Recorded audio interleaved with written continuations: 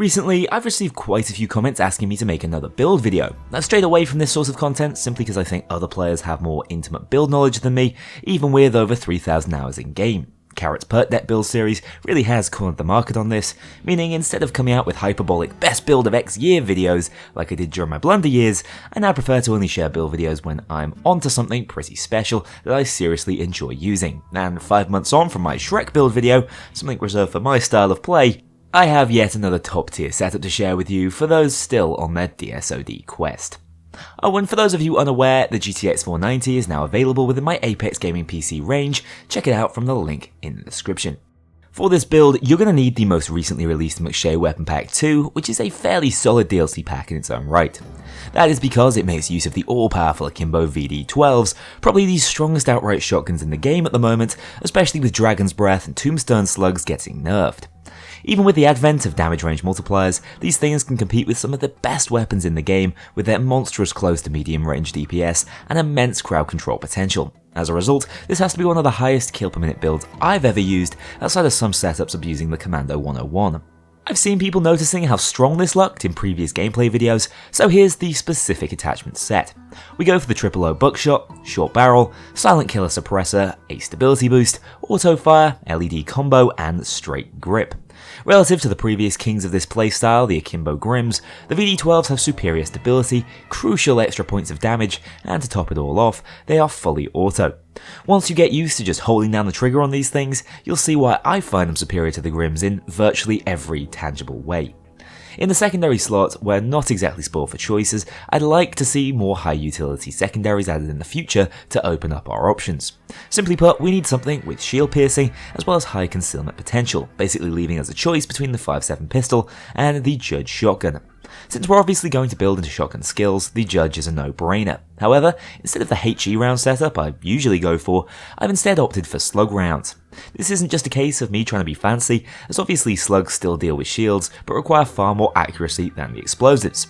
There is a deeper rationale behind it within this build specifically.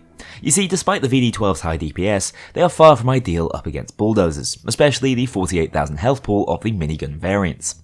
Going head to head against them is a rough proposition, so I've found the slug round's wall penetrating capacity to be pivotal in taking them out safely. Coupled with crits and overkill, we can take them down quite cleanly. Slugs are also good when my VD12s are outranged or running low on ammo, as I've found them to be much more ammo efficient than their HE counterparts. The full Judge setup is of course the AP slug, silent killer suppressor, accuracy boost, and the custom reinforced frame for that chunky aesthetic. Moving on, let's talk about the perk deck, Leech. If you want to know more about the ins and outs of this perk deck, my video from when it was launched last year is still up to date on the mechanics, but to put it simply, Leech is still overpowered. With this perk deck, you can fundamentally change any build into a 13-shot wall of defense. For those used to playing on lower difficulties, that might not seem like all that much, but bearing in mind we scramble around with other perk decks to reach 3-shot thresholds, it's an incomparably strong defensive deck. I actually know some veterans of DSOD who refuse to use it because it's just that difficulty warping for them. If that's not a good advert for players looking to be OP, I don't know what is. It doesn't take a genius to see why Leech is so good. Not only does it grant you healing comparable to Hacker, health comparable to Muscle, and effective damage resistance comparable to Stoic or Kingpin, it does all of this without really requiring a specialist build. Suit Leech with Bullseye already grants enough additional protection to that sizable health pool, meaning the rest of the build can go towards damage and luxury skills. Let's take a look at that now. In Mastermind, we head up through Medic to pick up Uppers and Inspire Basic. Inspire is somewhat of a core skill, bearing in mind you can revive a teammate to make your own Ampule revive permanent. But with the sheer tankiness of this build and power of first aid kits, we can comfortably revive by hand. I use Quick Fix here due to my frequent solo play, but Painkillers is a good shout if you heist online. In Controller, we grab the usual Joker skills for even more total health, as well as Ace Out Hostage Taker. This is absolutely not a necessary skill, this build has plenty of healing in it otherwise, but I find that the passive regen allows me to hang on to my first aid kits for longer, and save them for more of those specific clutches in impossible situations for other builds to survive. In the Enforcer tree, we head up through Shotgunner, acing Shotgun CQB, Impact, and Close By, whilst picking up a single point in Far Away for the Judge's slug rounds, and of course Overkill for the Shotgun exclusive damage boost. In Tank, I ace out Resilience, as I don't think Die Hard is entirely necessary on top of the Leech Ampule, and then Bullseye because it's the best bloody skill in the game. Skipping over Technician, we get Duck and Cover Basic in Ghost before heading into Silent Killer for full crit skills. Optical Illusions and the Professional are to catalyse those silencers we have equipped, whilst Low Blow into Unseen Strike is core on about 90% of my builds these days. Unseen Strike is absolutely an underrated skill, possibly due to the slightly ambiguous way it's worded. In Fugitive, we simply ace out Akimbo and 9 lives to round off this build's ammo capacity and 1 down viability. This is of course a suit build with FAKs and the buzzer in the melee slot. I do prefer some different crew AI skills here though, with Quick, Piercing and Sharp-Eyed equipped instead of Inspiring due to Leech's own self-revival properties, with Accelerator, Reinforcer and Distractor in the crew boost slots. That's it for the build, but you're probably still wondering what makes it so damn strong. Well, outside of Leech making just about any setup more DSOD viable, paired with this build's high kill per minute potential, we can actually make more aggressive use out of the ampule. Its base cooldown of 24 seconds after the effect expires can on average be cut in half by each kill we pick up, knocking a second off the timer. Bearing in mind Leech effectively makes you immortal for 6 seconds, it's entirely possible for this build to activate this immortality 3 or 4 times per minute, meaning death shouldn't be a concern all that often. When we do get close to the Great Beyond, our first aid kits will effectively reset that timer once again. Honestly, if I was in charge of balancing Leech, the 2 big changes I'd make would be to only let it go on cooldown after the effect has ended, and prevent healing from other sources occurring over the duration, or for 1 second after it ends, preventing these first aid kit strats. So until that happens, those are the areas of the deck you should look to abuse. Trying to move away from Leech being overpowered, let's talk about the general playstyle of this build. With the mobility of the suit and additional security of having the Leech ampule in your back pocket, I recommend trying to be as aggressive as possible. Your time to kill on everything barring bulldozers is excellent, so only worry about slowing things down when you bump into one of the big guys.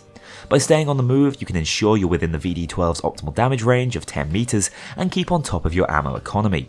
Of course, closer range maps such as No Mercy and Shacklethorn Auction are really this build's bread and butter, although it does surprisingly well against snipers on the likes of Alaskan Deal. As the heist spreads out though, you can find yourself outranged and running low on ammo. This is where the nerfs to shotguns last year really are most noticeably experienced. And with its fully auto playstyle, you will go from max ammo to empty in under 30 seconds, but can just as easily jump back to full with just a quick sprint through your fallen foes. And let me tell you, there will be bodies. Mounds of them. If you've ever struggled with the final waves of holdouts, this would not be a bad build to try out, especially with the DB Grim now a shadow of what it once was. The final tip I'd give is just to internalise how long 6 seconds lasts. I'm ashamed to share the number of times I've thrown away my life by overextending at the end of the ampule duration and been down during the brief window between my segmented health protection disappearing and my armour returning. It's amazing how quickly 80% health can be turned into 0 on death sentence, especially when you're conditioned to assume you're invincible, so do keep an eye on Leech's one and only blind spot. That's it for today's build. I hope you find some use for it on whatever difficulty you enjoy playing. I've always been a sucker for aggressive shotgun playstyles, and this has to be up there with the best we've ever seen in Payday 2's history. For console players without either the VD12s or Leech perk deck, I'd look towards the classic Anarchist Isma build, which has never been nerfed on your platform, and if you're holding off on a sale before picking up the McShay Weapon Pack 2 for PC, I suppose the Akimbo Goliaths do a similar job, but just you wait, it's tough to go back once you've unlocked that fully auto glory. Thank you so much for watching today's video. There are more huge videos coming your way this November, so stay tuned on the channel, drop a like or subscribe if you want to see more, and I'll be back with another one very soon. A huge thank you to my dedicated Patreon backers. If you want to join this crew in going infamous, check out the link below and pledge as little as $2 to see your name in the credits, or get 24-hour early access to future videos and vote on upcoming content. Take care, I'll see you all soon.